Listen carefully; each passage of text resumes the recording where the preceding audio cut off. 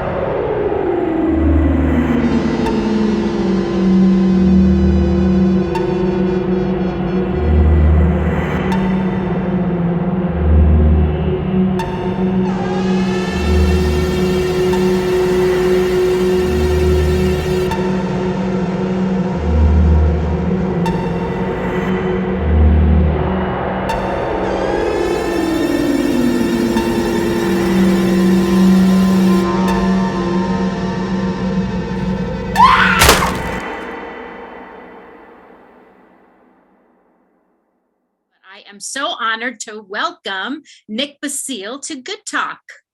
It's the one that's set in New York City during the blackout, right? In 2003. 2003, right? For anybody who remembers, that was a large blackout that was not just New York, but like almost most of the northern part of the eastern seaboard. Oh yeah, I remember. I was living in New York at that time, actually, and as I was watching your film, I was laughing at the beginning because the story sort of begins with something that happened to me, which was I was actually out of town for the blackout, and my significant other was stuck there by himself in the dark. So the whole premise was very familiar to me, which was great. And I think, Nick, for just 1 second, I'm going to embarrass you for a minute and let our audience know a little bit about you and your career, if that's okay, in case people don't know you. You hold a BFA in film from the School of Visual Arts in New York City.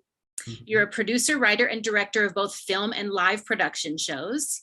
Your body of film work includes a series of shorts, which earned you awards from film festivals such as the New York City Horror Film Festival and the Atlantic City Film Festival, where you won Best Director of a Short Subject. You've directed and produced a full-length documentary called American Carny: True Tales from the Circus Sideshow, which was the Film Institute of Lincoln Center named one of its top 10 documentaries of the year, which is an amazing honor.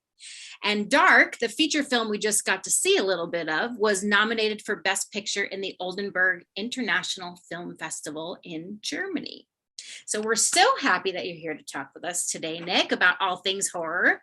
When did you first know you wanted to make horror films? Oh, I don't know if it was specifically horror films, but I had wanted to be a director at a young age. Like a lot of people, I think that also came from our generation. Some of those early films of Spielberg and Lucas, and then as I got older, I got into Bergman and Kubrick and Kurosawa. But horror, I think I've always leaned towards the atmospheric and cinematic opportunities that horror provides. I think horror tends to be a go-to for a lot of young filmmakers or filmmakers are starting out, because it's one of those genres that you don't need a large budget to be successful at and is commercially viable. It also gets you to show off what you can do with lighting, atmosphere, camera. It also gives music, but you don't need stars. Usually like something like, let's say, a romantic comedy tends to hinge upon its success on star talent being involved in something like that, or a straight drama tends to be, hinge upon that. But horror doesn't even need to have any sort of, horror, the genre is franchisable. So even with all these franchises out there and things like that, all the subgroups, whether it's zombie movies and post-apocalyptic movies, vampire movies, ghost, paranormal activity movies, they all, slasher films from the 80s, they all kind of fit even into their own subgenre. So, but I tend to like to lean towards maybe even stuff that's not specifically in a genre, like dark, which I would consider probably a psychological thriller drama. Oh, yeah, definitely. More than a straightforward horror film, but I tend to always end up leaning towards the aesthetics of horror, even in a non-horror film. Okay, sure. Can you explain that a little bit? Yeah, I guess it's an atmospheric thing. I tend to always like, even like, Sherlock Holmes, like the Hound of the Baskervilles, things like that. Which, is more in that mystery category and stuff like that. But even movies like The Lord of the Rings and J.R.R. Tolkien definitely has horror elements, with the giants. Sure. So things that come out of fantasy, science fiction, Indiana Jones always, even though he's adventure movies, Temple of Doom is a horror film too. When you have somebody ripping someone's heart out of their chest, that's a horror film.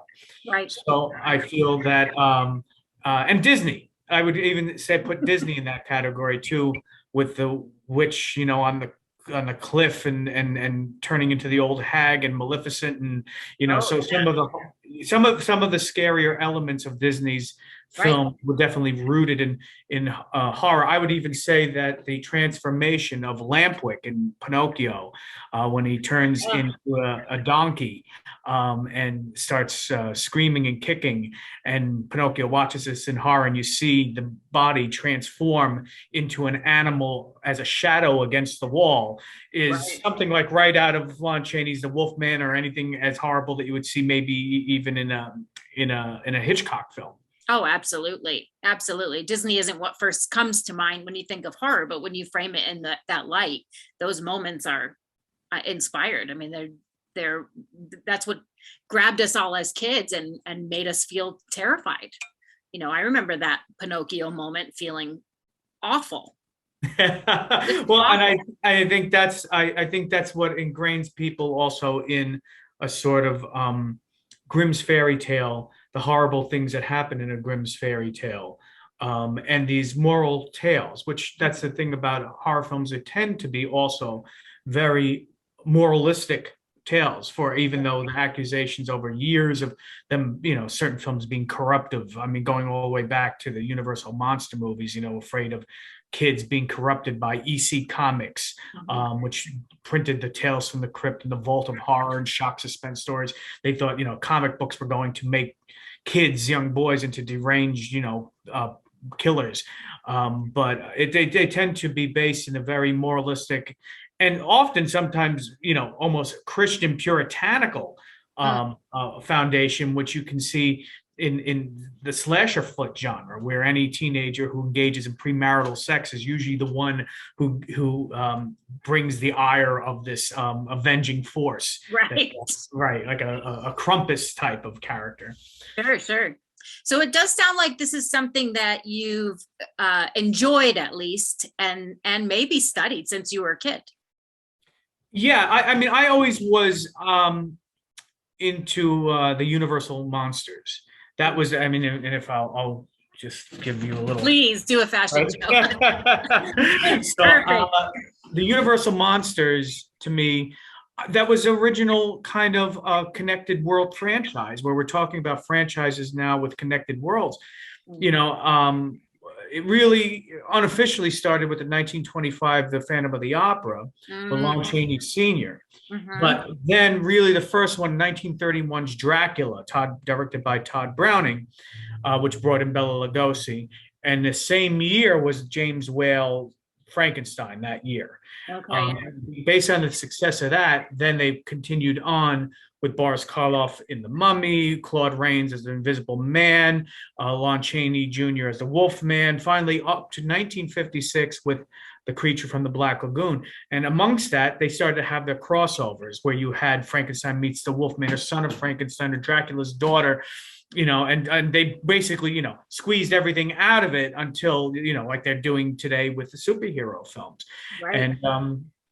And so those I think really captured my imagination when I was younger. And then I also became aware of Val Lewton, who was over at RKO, who didn't have the budgets of Universal Studios for all the makeups and prosthetics. So he relied on using sound and shadow. And sometimes, because they didn't have money for extras, he would have empty streets on the back lot. But because these empty streets were so odd and like almost like something dreamlike, something that would be out of a nightmare, it made it creepier. So those budget limitations made it creepier. So films that Val Lewton produced would be The Black Cat People with Simone Simon, directed by Jacques Tourneur. Jacques Tourneur also directed another movie for Val Lewton called I Walked with a Zombie, which kind of, before they were flesh eaters in the George Romero version, was kind of back to that idea of voodoo in Haiti. And it's basically, talk about high art, they took Jane Eyre and took the story of Jane Eyre and transported it down to Haiti and turned it into this very atmospheric, spooky movie that is essentially Jane Eyre retold as a horror film in with a voodoo background. So it's that stuff I think really entranced me. And then later I got into the other films that came from more of the new Hollywood filmmakers, Right. And that's probably, I don't know how old you are, but that's probably as you were. I'm 103 years old, but cold cream. Well, then you were already in AARP by the time those came out. Right. If it's a picture of Dorian Gray, I have it hidden somewhere. That's brilliant. Thanks, Nick. I think we'll probably wait 1 minute, say goodbye to you for a quick second now that we've gotten to know you a little bit, so I can introduce our next guest. But sit tight. We're going to have you come right back as soon as I talk with Joe a little bit, and so we can all get into this, okay? Great. Thank you. See you in a second. Our next creepy clip of the evening is from a movie our second guest wrote, produced, directed, and even starred in. And most of that he accomplished somehow during the height of the pandemic in 2020. Are you ready for this? Here's a short glimpse of Joe Leone's film called Death Sentences.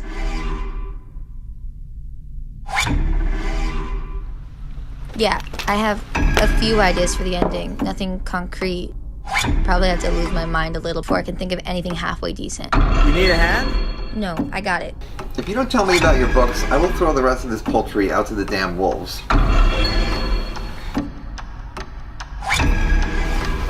think it'd be creepy as hell out here at night. This place, it's... Never mind. Just tell them to sit tight. I'll get you this damn draft.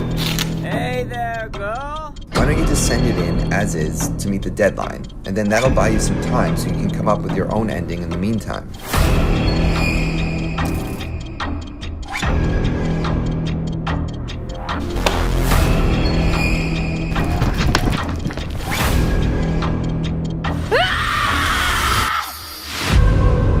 I got an ending for you.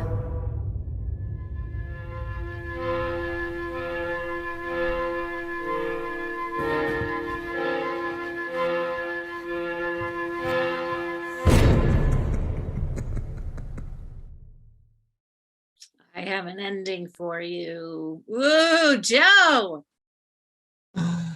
Okay. Starting there he it. is. Starting it. Okay. Hello, Joe Leone. What an honor to welcome you here on Good Talk tonight. The honor's all mine. Come on, don't be crazy. That was creepy. My goodness. Good. So just like with Nick, I'm going to take a minute and outline some of your illustrious career for our audience so they can know you a little bit better. You, sir, hold a degree in theater arts from Skidmore College. In addition to being a talented actor, you've also become a producer, director, and prolific screenwriter, having written over 24 feature screenplays. You won Best Screenplay in the Blue Cat Screenplay Competition with your comedic fantasy called Death of a Fool. And another Best Screenplay win for you came at the Sydney Indie Film Festival with your dark comedy Meant to be Broken. And that film was also nominated for the same honor at the Southeast Regional Film Festival. Death Sentences, which we just got to experience, has been both nominated and won in multiple categories. And I think I counted 8 different film festivals, including you yourself winning a Best Feature Writer Award and the film getting a Best Thriller Feature win. Are you surprised at that? No, I know that stuff inside and out. That's cool. But I'm sensing a trend here, Joe. This does seem to be working out for you. I mean, winging it and hoping for the best. But, But like Nick, tell me, how you discovered this love for horror and how were you able to turn that love into a career? I mean, I've told this story a million times, but the very first movie I ever saw, I was, I think, a movie on a big screen. And to date myself, to give my age away, it was a drive-in, and it was a double feature, which the first movie was E.T. So I was, I think, 4, and so I'm supposed to see E.T. cute. Then I'm supposed to go to sleep because then the next movie plays, and my parents watched that, and then I put my head under the cover and I watched the entire movie start to finish, which was An American Werewolf in London, which I'm telling you is still to this day is a terrifying movie. So that was like my first introduction. So everything else after that was a breeze, Yeah. And how old were you then? What's that? How old were you then? I was a mere child. I was a mere child. Oh yeah, I'm sorry. I don't want to date you. No, I don't want to date you. Like Nick, no, I like don't 4. know. You could be 120. No, I am. I'm older than Nick, actually. just bragging. But yeah, so then anyway, so I don't know if you could see, my mother has an intense love for horror herself. We have the identical movie taste. We love these just creepy films that are, not gore fests typically. I mean, I like it all, but that are more kind of what Nick was talking about too, about that play with light and play with sound and just that ominous element that just really scares you, because I think, everybody likes it to some degree, whether it's, in horror movies, little kids love to be scared. It's just it's a great feeling and it's fun. So, yeah, I don't know if you get to, there's a witch next to me. So my mother kind of instilled this in me, but I just always, my 2 loves were always comedy and horror, and then sometimes they merge and sometimes not, but. Yeah, they certainly do. And you seem to have a talent for that. You have some experience as a comedic actor, and you've married the 2 in a couple of your films that have become great successes. So tell me about that. Why do you think that is? Well, why do comedy and horror go hand in hand? Well, because you know what, as far as it's all about timing for both of those genres, right? So it's like for a joke to land, it's got to be timed perfectly. You know that, you're a comedian. And for horror, for a scare of any nature to work, you have to build it. You have to, it's almost identical as far as the timing has to be impeccable. Otherwise it's going to fall flat if it's just short. I've seen that in my own things. I look back and I'm like, oh, what an idiot I was, that I just should have done this more. I should have drawn that out more. I should have had more, just more of an ominous, darker lead up to the jump scare or whatever. Sure. I think they go together really well. And it also, just quick on that, is that in a horror film, you need not necessarily some really great ones don't have it, but you're like tense the whole time. It's good for an audience to go through a journey. So like you get scared and then there's like a zinger, a one-liner afterwards that gives you permission then to laugh, and it's like, oh, and it's like a relief, and then you let your guard down and then you get scared again. So it's I like the merging of the two. I think it's sure. It lets the audience take a breath, and then sort of hits that reset button on their preparedness for whatever's happening next. Yeah, right. Awesome. So well, yeah, I don't know. There's more I could go on about this stuff forever. So. Well, you and Nick both, I think. And I think maybe we'll take a moment to get Nick back up on screen now. Shall we dive in? Well, I was going to say one thing. Yeah, please. That I noticed. I was going to say Joe Leone's trailer and my trailer both end with a woman screaming. So I don't know what that says, but I just wanted to point that out. There's something there. Can't put my finger on it, but there's something there. Well, I'll tell you this: it just sounds a lot better than a man screaming, unless So. And that's pure comedy. So why is that? Let's not explore that topic today. Gender politics of screens. Yeah. But speaking about the politics of horror, this is not a new concept by any means. Politics, social issues, political corruption, these have all been recurring themes in the horror genre really since its inception. So, gentlemen, could you two give me some examples of this, maybe from the archives, and tell us why you think horror is a genre that lends itself to this type of commentary and symbolism? Nick, what you got? I mean, as far as you mean as archetypes of symbolism for our culture, I mean, I think the thing about going back to the idea of monsters, our monsters are usually the best ones are metaphors. Mm-hmm. I think you don't just randomly pull out a monster. I mean, every monster that has been created, people will talk about like the different genres of monsters. Let's say like zombies are us. It's a fear really of other people and a kind of systems and institutions collapsing. I think that's why in the 21st century you saw this rise for a while of zombie films. You have Dracula, come out at a time when syphilis and diseases of the blood are very transmuted. And also this idea of a xenophobia of this person that's coming from outside the country, from this exotic Eastern European country. And also the Victorian times of sexual liberation, I mean, being something that would be unfathomable. And this corruptible force who's really the feeding of the blood is, and he feeds her off her blood and she has to drink his blood, becomes a sort of, it's an intercourse, and you see that characters like Mina or Lucy are corrupted by giving into this sort of sexual force that's coming in literally through the bedroom. So I mean, and the werewolf, which was always the Wolfman, Lon Chaney Jr., which always was my favorite Universal movie. But you could go back to the Jekyll and Hyde, the duality of man, but the idea of having that's within everybody in some way, and also not being able to control it. I mean, I think John Landis talking about.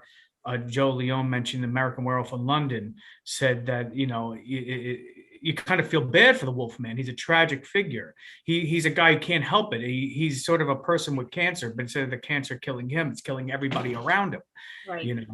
So that's what I mean. I think that's what really makes the best monsters, even Godzilla growing out of the post-nuclear bomb dropping on Hiroshima and Nagasaki, becomes this sort of poster boy of Japanese horror films. Yeah, absolutely. Joe? I mean, I would say, okay, So I went to Berlin before, pre times, and I went to the Museum of Film there, and I'd always known of this movie, The Cabinet of Dr. Caligari. I knew about it, but and it was like the beginning of German Expressionism, and then I learned there that it's it was regarded as like the very first horror movie, and what it was born from was, this was like it came out in 1920, so this was like right after World War I, and the climate there was just, it was just like chaos, because they were really untrusting of the government, and of it was like collective consciousness of, there was this fear and this mistrust, and that's what the movie stems from. It's just this pervasive fear, and I'm glad that it came out that way, because then we got, like, right around that time, we got a lot of other good horror movies. 2 years later, you have Nosferatu come out, which is what Nick was talking about too. It's the same thing. It's this fear of the other that was there, with some xenophobic elements, and it's but it's that just the climate there, it was just very rough. And then you even have, I think, like 10 years later, you get that movie M, which I'm sure Nick knows well. I'm sure. Oh yeah, Fritz Lang, and and it's Peter Lorre, one of his early. Yeah, Peter Lorre. That was how he came about as being like the go-to bad guy, right? But that movie's kind of the first serial killer movie, and I know Lang would later kind of say it was like it was like a repudiation of the Nazi party that was rising. There's some debate whether or not that's exactly what it was, if he was saying that retroactively, but it's still, it was just this general sense of unease and just mistrust of the government, of what, the powers that be are. And I just think that that's carried through that particular theme with a bunch of, the subgenres, like Nick was talking about, branching off into different subsects of, but a lot of it is just, fear of the government. The government is mistreating you. That's been going on for forever. I mean, then you jump ahead a little bit to, a ton of movies. You've got look, so I wore this Jaws shirt because, political corruption abounds in that movie. Yeah, right. Exactly. So it's like the mayor, he wants to get reelected, and he's willing to just, we just got to make it to August, and, don't worry about the people dying. And it's just, how people will put their own greed above other people's lives. And it's like, what's more horrific than that? Then you have an Alien as well. They go and they're supposed to be exploring, but then it turns out the Paul Reiser character, not the nice guy from Mad About You, that more like his Stranger Things character. He's there because they want to get this alien that's spitting acid blood in your mouth and just melting your face off. They want to get it and use it for military purposes. So, putting the whole crew's life at risk. And, it's pervasive, this theme of that, people in power, they look down on the poor, they're going to use the poor for their own, benefit. And unfortunately, I would say, I don't see, as far as society goes, I don't see how that's changed that much, looking back at recent events. And actually, I feel like you're getting a lot of really great films coming out in recent times, because people have, like Nick said, it was the zombie thing was like, the turn of the century, but now people are really, they're really fed up with all of it. And so you're seeing all these different like subgenres.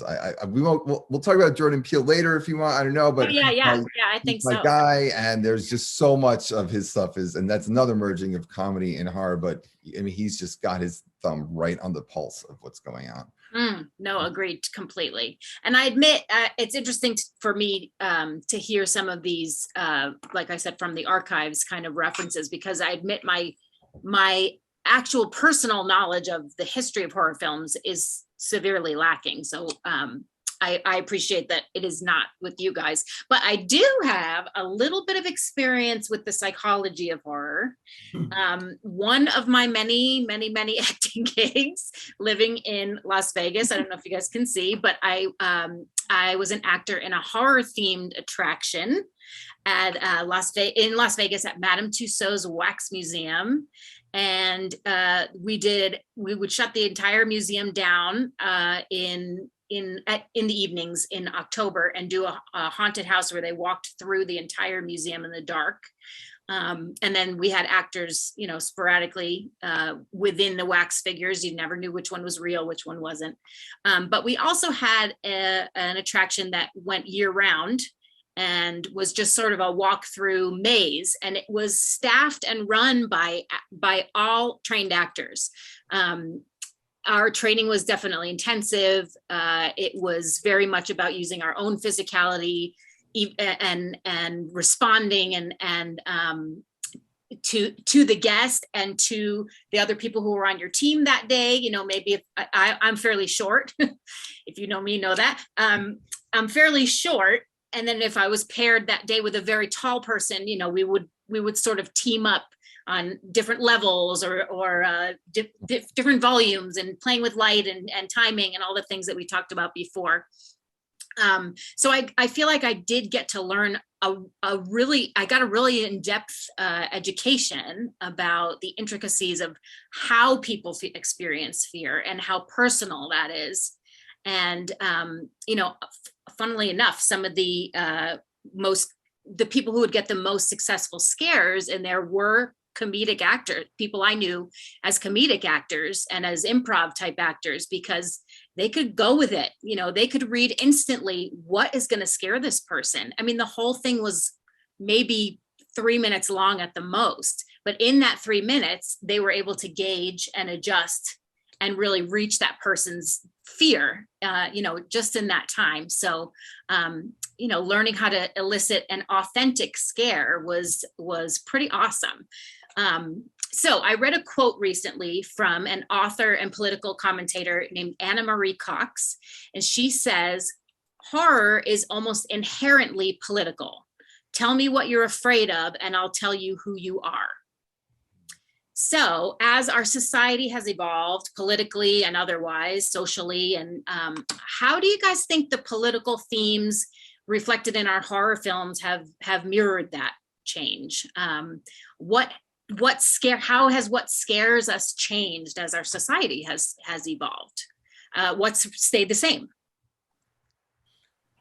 Well, I was going to say that, I mean, like when you were talking about the history of horror, and how not just the subgenres, but just like the whole milieu would change, because obviously going from the period of the pre-war of the 1930s of basically Gothic horror, right? And then obviously after the bomb, you had a new age, and it really fed into more science fiction and big bugs and stuff like that. Anything that would be affected by the nuclear bomb, or really outside the invasion of the body snatchers, outside influences that are taking us over. I mean, I feel like you could do enough. I mean, they've probably done it enough. I think there's about 4 or 5 versions of invasion of body snatchers. But the reason I think that is because on one hand, it is reapplied every generation. I mean, you could reapply this idea of the cult-like mentality around Trumpism and put it into an invasion of the body snatchers sort of storyline. And it would work, and you could even make it, a black comedy in a sort of way. But it also cuts back to the primal thing that always works, which is the one thing that we always don't know is we don't know what makes us us, right? We don't know what the idea of a soul is or anything like that. And the idea of not losing one's identity. I mean, I think people who have suffered dementia, Alzheimer's, and you see somebody who you knew that doesn't even know you anymore, or they are not the same person they were. Right. And that, I think, there's more of a level of fear of that happening to us than even, let's say, the finality of dying. but to lose one's own identity. So that, I think, stays consistent as a human fear, no matter where you're from and what culture, it stays consistent. But then you can reapply it into a modern social political setting. Right, right, sure. Yeah, that's certainly universal. And while you're talking about outside influences being scary, I should mention that my great grandfather's brother, so that's my great great uncle, was William Cameron Menzies, who directed Invaders from Mars. Yes, and was the original person who was the production designer. Didn't have that title before Cecil David Selznick. That's right. Right. Gone with the Wind. Gone with the Wind. He designed. Exactly. He sort of created that title for himself, I think, or his team created that for him, and then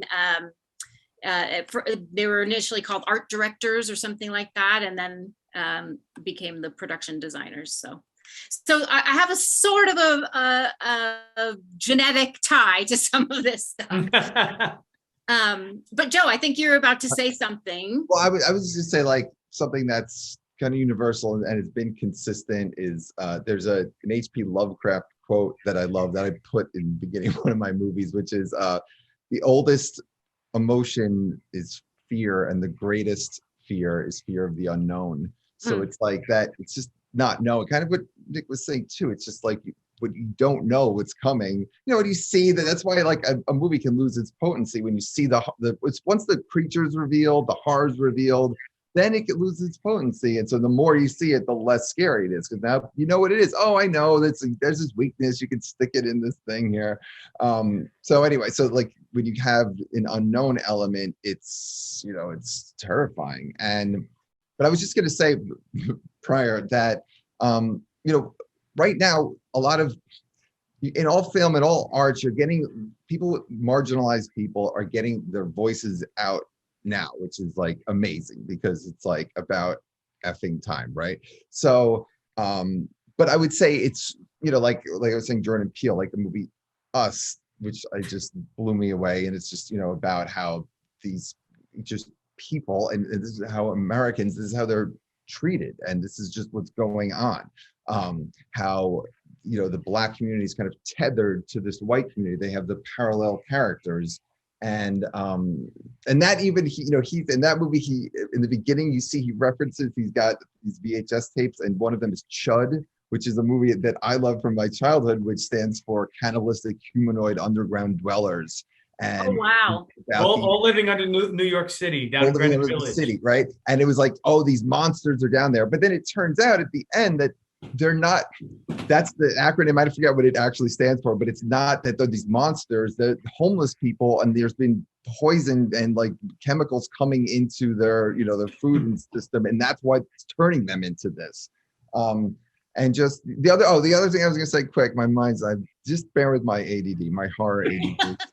Is that just with race, you go to one of the most iconic horror movies, George Romero's first movie, Night of the Living Dead, and this came out in 1968, and I believe that's his first movie, right?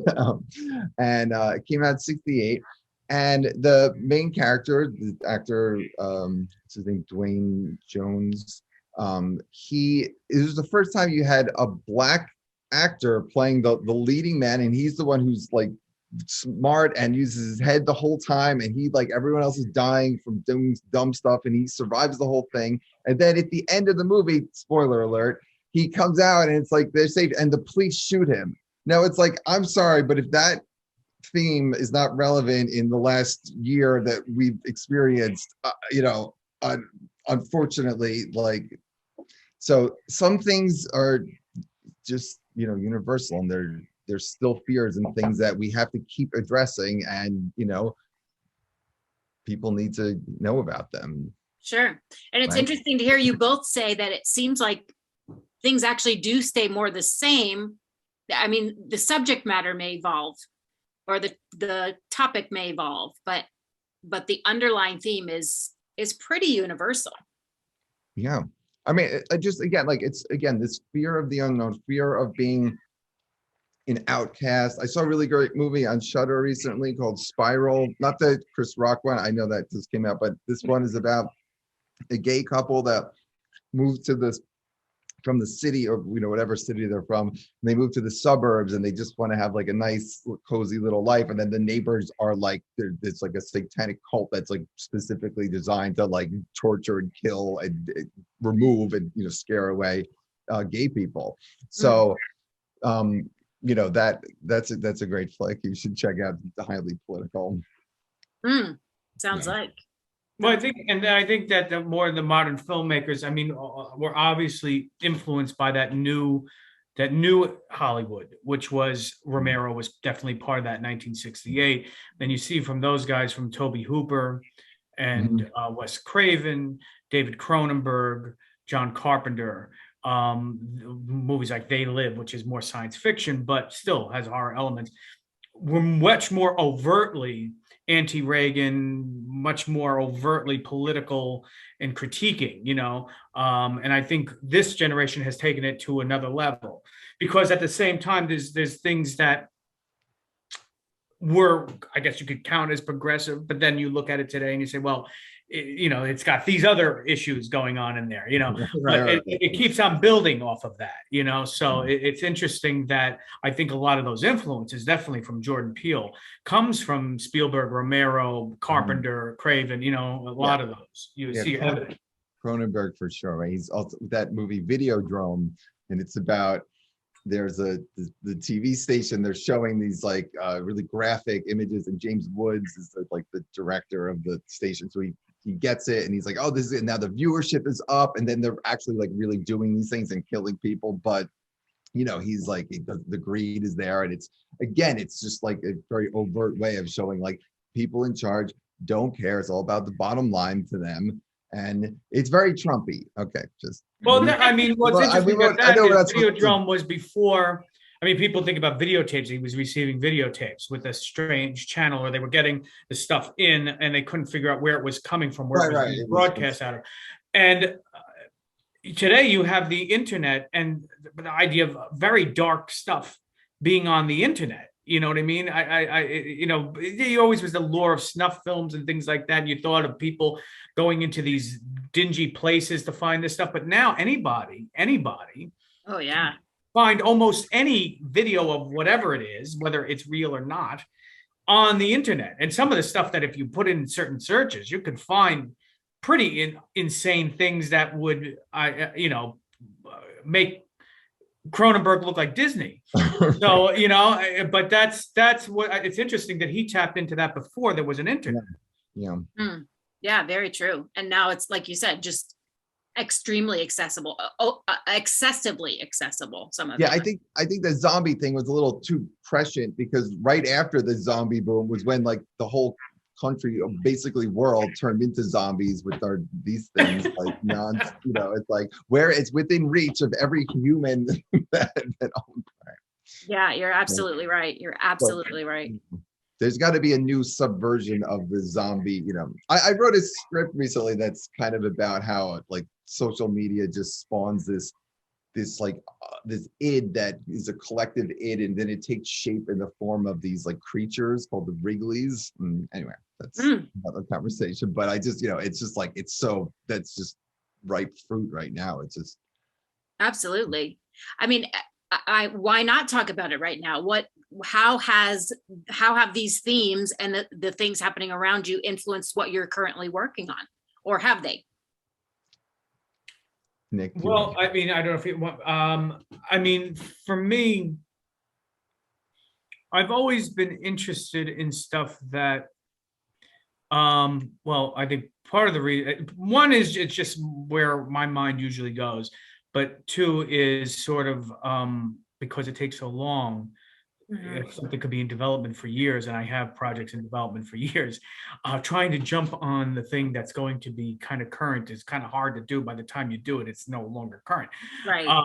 I tend to gravitate towards stuff that, like you said, are psychological in nature, and kind of fall back on human nature, where it really applies to any time. I mean, that's why I think certain things like Shakespeare, and horror in Shakespeare. Definitely plays like Titus Andronicus is a horror play. You know, Macbeth is a horror play. Right. And there's aspects of that in all of them. But they're still they can be reapplied to any century.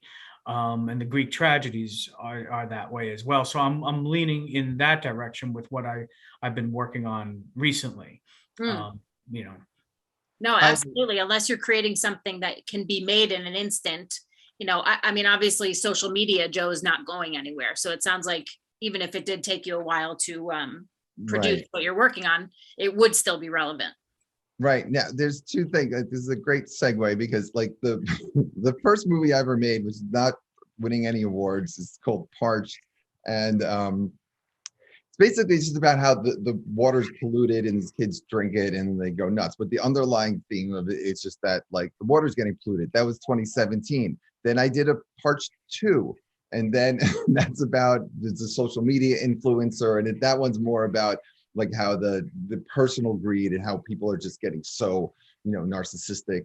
Again, another theme.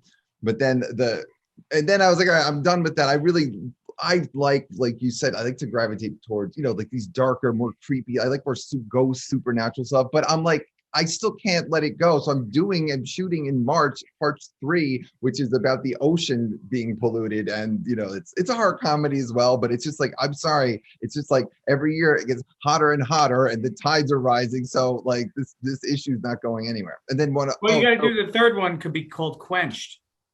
that's the last one. That's right. the That's one. Whatever number it is, that's the final one. That's your Day of the Dead or Land of the Dead. I can't remember where he ended up. I think Land of the Dead, yeah.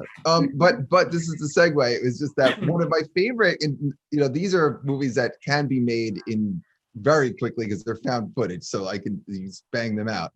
But one of my favorite found footage movies of all time is also about polluted water and the environment. And Mr. Basile happens to be in that movie, unbeknownst to me. I saw it in the theaters. It's called The Bay, and Nick plays a scientist in it. And it's just a great movie. I think it's scary. I think it's got everything going for it. So definitely go see that movie and see Nick. Yes, I was the guy giving the information of what happens, you know, staying away from brackish water. Yeah. Two fine actors amongst us today. Yeah, right. Don't discredit Nick's. He's done a lot. So maybe starting with Nick, why don't you just give us a couple of quick, if we want to do our homework on this subject, or if somebody is interested in seeing more of horror movies that have a political theme, give us your little top, maybe not top 10, but maybe top 3, or, you know, it could be something you've already mentioned tonight. What do you think they should go see? You mean the stuff that specifically is political, you would say? I mean, maybe we can start there, or you can steer me in another direction, and that's fine. I mean, I mean, obviously, the most recent stuff people have seen it, you know, and if they haven't, they should. Is, you know, the Jordan Peele stuff is the most, I would say, overtly, you know, it's fresh, new, and it's definitely political. But I would recommend a film by Cronenberg called Shivers, which I think had another name, and I can't remember what that second name was, but I think it's in the United States, it's called Shivers. And that was Cronenberg's first film. And it's about these parasites that get loose inside this building and go into people and turn them into very horny, sex-crazed creatures. Oh boy, that is chivalrous. Yes, you know, it's obviously it's Cronenberg, so the body horror elements of it, right. But then also the political element of that is definitely evident of the time. Obviously all the Romero's stuff, even besides the Night of the Living Dead, tends to always have a political bent to it, you know. Yeah, like, and I think, like you said, all horror in certain ways does have a political edge, but like I tend to gravitate towards those things that tend to be more psychological in nature, because that seems to never change, right? You know? So well, 'tis the season. How should we name one or two of those that we should fill the rest of our October with to get us in the mood? Well, I'll give you the class. If people haven't seen it, they should see. I Walked with a Zombie, Jacques Tourneur, produced by Val Lewton, and something that I've always loved and was an influence on Dark would still be Roman Polanski's Repulsion with Catherine Deneuve. Is still a fantastic picture and kind of shows like what can be done with along with what Joe did and myself with a lower budget with a single person in a single location. Right. And that film is a masterclass in how to build suspense and tension and acting performance wise. Catherine Deneuve is. What is that film called, Nick? What's that? What is that one called? Repulsion. Repulsion, right. Okay. Yeah. I need to see that. Yeah. This is Yeah, it sounds great. Well, I would say I Walked with a Zombie, Val Lewton and Jacques Tourneur's I Walked with a Zombie, Jane Eyre in Haiti, and I would say Roman Polanski's Repulsion. Okay. All right, Joe, you're up. So give us a couple of your favorite political ones, and then maybe a couple that you just think if you want to be a bigger horror buff or just make your Halloween a little bit spookier this year, what should we watch? Okay, so all right, this is a great question. I love it. You got to see.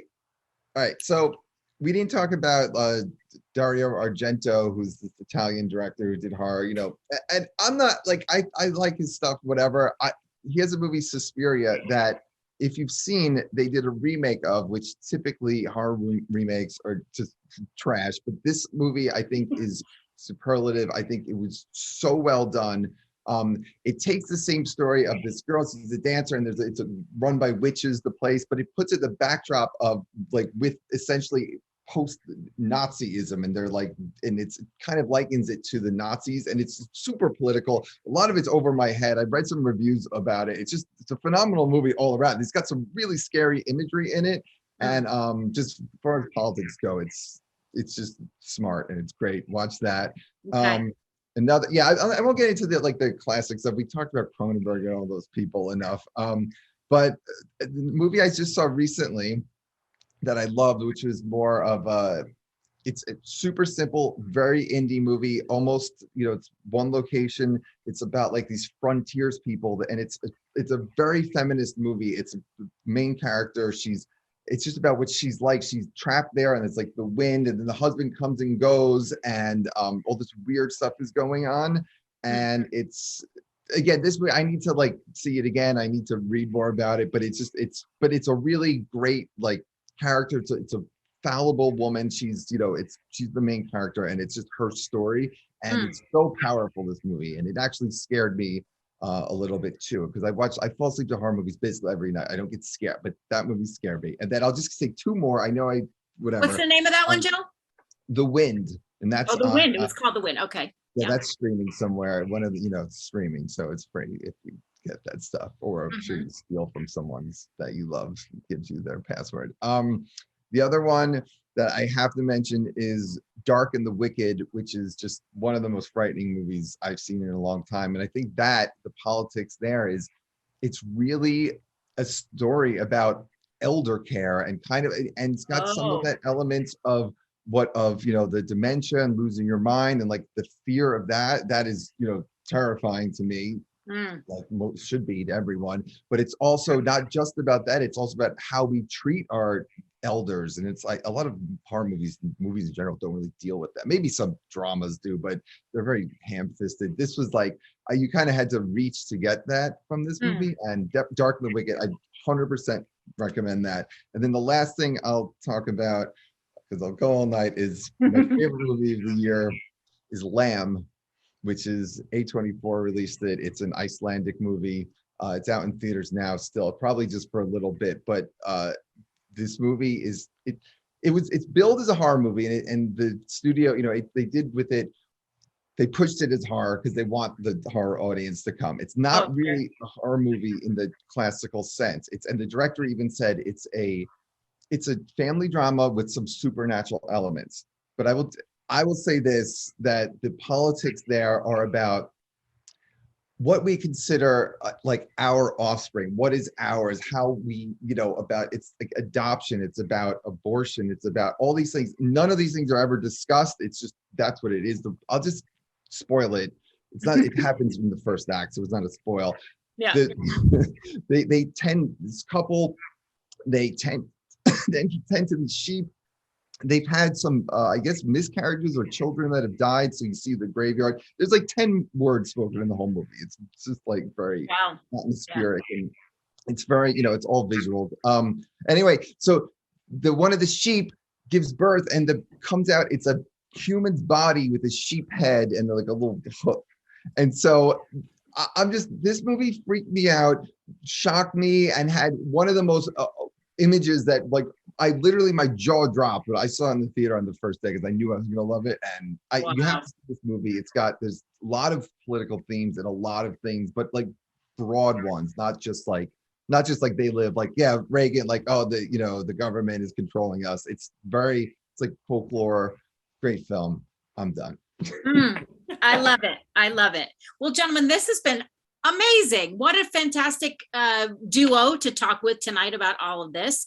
And I just want to give you an opportunity before we go to let us know where we can find your work, or what's the easiest way if we want to go out and seek out your particular work. Nick, where can we find you? American Carney, which is a documentary about the sideshow in Coney Island, and my Dark, the narrative feature, are both out. They're available. You can get them on almost any streaming, Amazon Prime, Apple. You can get them on Epix on demand. So both of them are pretty much available if they want to see them. Okay, great. And Joe, what about you?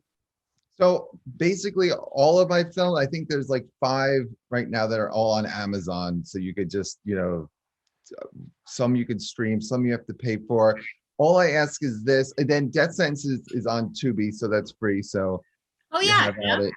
But all my movies, like everyone's movies, you dig around the internet, you'll find them for free somewhere, which I'm like, this distributors would kill me to say this. But what I ask, if watch the movie for free, I don't care, just give me a good review and then I'm happy.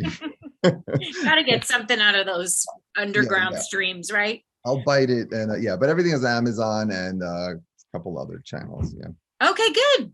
Joe Leone and Nick Basile, thank you so much, gentlemen. What a fantastic conversation. Thank you very much. Thank you. And happy Halloween. Yeah, happy Halloween, everybody. And I'm just going to do a quick plug to join us next month when we have our host, Linny Godfrey. She's back to talk with Judith Rizzio, the style activist. Now, Judith uses her experience as a fashion designer, costumer, and stylist to encourage all people, younger or older, to push against the privilege of fashion to make it accessible, fun, empowering. So this mission has most recently led her to serving the transgender community. So it promises to be a wonderful conversation. Please don't miss out. That's coming up on November 18th.